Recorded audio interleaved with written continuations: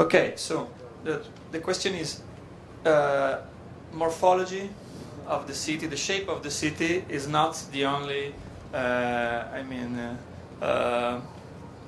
causa, is not the only reason for good or bad living, but there are also some other problems inside. I would like to invite, as a last speech of this first part, Anna Bianchi, who is a representative of the Pernambuco State for the AFSI Foundation. The AFSI Foundation is the non-governative foundation who is involved in social problems. The reason why we invited AFSI to speak this morning is that we think that the contribution of people who work in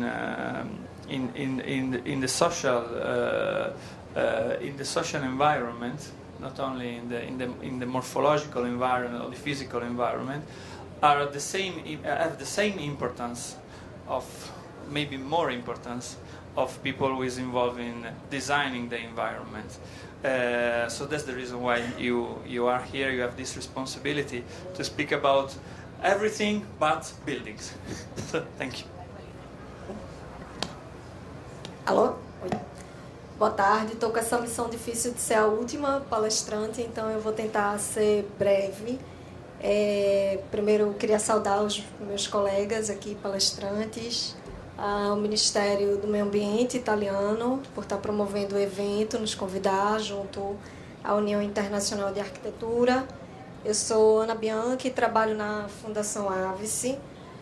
Sou responsável pelos programas da AVSI em Pernambuco. A Fundação AVSI é uma organização não governamental que está presente em 39 países do mundo. Ela surgiu na década de 70 com um grupo de missionários italianos que foram fazer trabalhos voluntários na África, e tem como missão a promoção da dignidade da pessoa em programas de desenvolvimento, através de programas de desenvolvimento com enfoque especial na área de educação. Dentre os 39 países que a AVSI está presente, trabalhamos no Brasil, onde a gente começou na década de 80, e justamente o trabalho da AVSI no Brasil começou em Belo Horizonte com um programa de urbanização. Essa nossa experiência foi desenvolvida também na Bahia e posteriormente no estado de Pernambuco. Então eu vou focar um pouco nessa nossa experiência no Brasil, usando especialmente como caso Pernambuco, que na verdade Pernambuco acumulou essas experiências que foram realizadas anteriormente. Pode passar. Quando a gente fala de programa de urbanização, a gente está falando de desenvolvimento urbano, mas também desenvolvimento social. Especialmente desenvolvimento das pessoas.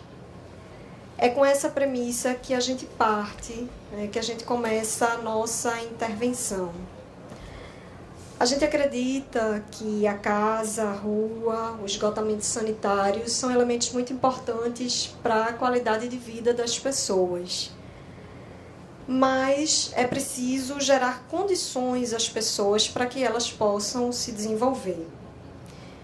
E como fazer isso?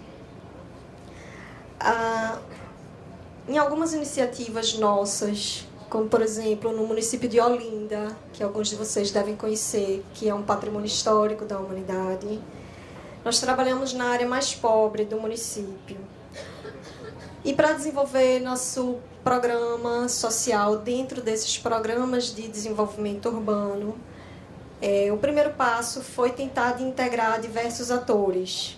O município, o governo federal, que, por exemplo, já trabalhavam com programas, o Programa de Aceleração do Crescimento, o governo do estado, que também tem seu programa de urbanização, organismos internacionais, organizações internacionais como a Fundação AVSI, organizações nacionais e atores locais.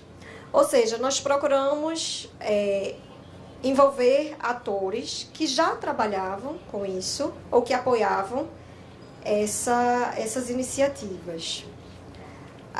O nosso objetivo era melhorar as condições de vida das pessoas, integrando as ações de urbanização a ações de desenvolvimento social. E quando a gente fala de desenvolvimento social, a gente trabalhou basicamente em 2 eixos, que foi o fortalecimento das organizações da sociedade civil, das organizações comunitárias, e também a geração de trabalho e renda, educação profissional e geração de trabalho e renda para jovens e adultos. Pode passar. Metodologicamente, por que trabalhar com as organizações comunitárias? Por que trabalhar com as organizações da sociedade civil? Primeiro que são entidades, é um grupo de pessoas que se juntaram espontaneamente, através de uma motivação ideal, para prestar um serviço à comunidade.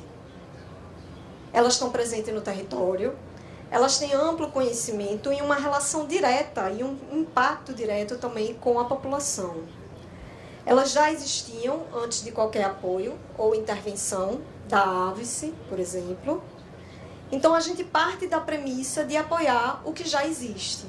E também partir do positivo. Quando a gente chega numa comunidade, né, em que a realidade de pobreza é muito grande, se a gente olha só para os aspectos negativos, a gente não se move. Então, a gente precisa olhar as coisas positivas que estão acontecendo nesse território. E o trabalho dessas organizações comunitárias é uma delas. Segundo, por que trabalhar com educação profissional e geração de trabalho e renda? Não só para dar sustentabilidade à questão das obras. Por exemplo, muitas famílias que passam a viver na cidade formal, elas precisam pagar a conta de água, conta de luz, elas precisam de renda. Mas o nosso intuito em trabalhar com a educação profissional não é só esse, é poder desenvolver o potencial das pessoas através do trabalho e da educação, que a gente acredita que são elementos essenciais para o desenvolvimento da pessoa, o verdadeiro desenvolvimento humano. Então, para começar as nossas ações, pode passar. Primeiramente, a gente precisava planejar. Em Pernambuco, por exemplo, nós trabalhamos numa área de 67 mil habitantes, que ficava às margens de um importante rio, Rio Beberibe, e a gente precisava entender aquele território. A gente já sabia que algumas intervenções na área de urbanização estavam sendo feitas, seja por parte do município ou do governo do estado, mas muitas vezes esse território, essas comunidades eram vistas de maneiras isoladas. Então, primeiramente, foi partir para um planejamento de macroárea, entender esse território como um todo. E para isso é necessário uma presença de campo, uma equipe que se relaciona diretamente com a comunidade, com as pessoas. É preciso, como já falei anteriormente, articular os diversos atores, especialmente envolver os atores locais.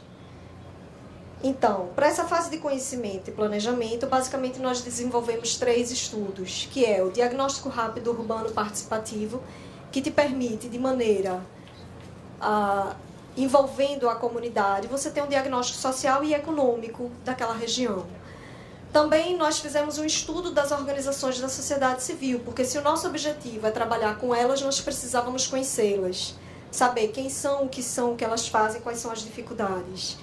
E também nós fizemos um estudo de mercado de trabalho. E esse estudo do mercado, ele agregou não somente dados de pesquisa e de institutos de pesquisa que já trabalham com isso, mas também uma pesquisa direta com a comunidade, porque nosso objetivo era entender qual a potencialidade deles e poder combinar essa potencialidade com a demanda do mercado de trabalho. E, a partir disso, definir quais eram as qualificações profissionais que nós iríamos desenvolver com eles. Com isso, nós desenvolvemos um plano de desenvolvimento social participativo que agregava todos esses estudos, mas também um plano operativo das ações para as quais nós já tínhamos financiamento e também nos trazia um mapeamento das principais, digamos, das prioridades de intervenção naquele território. Para isso, a gente não tinha recurso, mas a gente trabalha em parceria, junto com o governo e com o município. Então, esse plano de desenvolvimento social ele se torna um instrumento de gestão para o governo também poder intervir e mobilizar novos atores. Depois nós partimos para a execução, a etapa 2, a execução das atividades em si. No âmbito do fortalecimento das organizações da sociedade civil, nós, por exemplo, encontramos 86 organizações nesse território de Olinda, e essas organizações juntas prestavam um serviço a 10 mil pessoas da comunidade. Então, trabalhando com essas organizações, a gente consegue dar uma escala à nossa ação. No âmbito da educação profissional, a gente procurou fazer qualificações intensas, com duração de 1 ano, aliada a uma formação humana, orientando os jovens, os adultos, a uma postura, por exemplo, de mercado de trabalho. Mas não somente isso, nosso objetivo não é só qualificar, é poder gerar renda. E para isso a gente precisava inseri-los no mercado de trabalho. Então, no âmbito da educação profissional, a gente faz também articulação com diversas empresas, com entidades formadoras, com órgãos do trabalho. Esse trabalho justamente de integrar o jovem e o adulto que a gente qualificou, né, junto aos parceiros, no mercado de trabalho, com as empresas. E, por fim, sistematizar e disseminar a nossa experiência. Então, produzimos vídeos, seminários, publicação. Inclusive, a nossa publicação será lançada em breve. Se chama Contribuição do Componente Social para uma Experiência de Desenvolvimento Urbano Integrado em Pernambuco. Então, quem tiver interesse, pode deixar o contato comigo e, posteriormente, a gente verifica como enviar esse material. Aproveitando também, quem quiser se aprofundar nessa temática do desenvolvimento social em programas de urbanização, na próxima terça-feira, aqui no Rio Mais 20, a Fundação AVES vai estar junto com o Ministério das Relações Exteriores, Cities Alliance, Ministério das Cidades e outros parceiros, né, promovendo um evento com essa temática. Então, a gente tem alguns convites que depois a gente também pode disponibilizar. Eu já estou finalizando e somente para reforçar assim, por que a gente quer disseminar, por que a gente dissemina, né, a nossa experiência. Que a gente acredita que é importante compartilhar, né, esse trabalho. E a gente acredita também que a beleza é trabalhar com as pessoas, porque a pedra e cal, as obras, elas são importantes, mas não são suficientes para promover o verdadeiro desenvolvimento humano. E a gente acredita também que uma verdadeira mudança de uma paisagem, ela só é possível através da mudança das pessoas. Obrigada.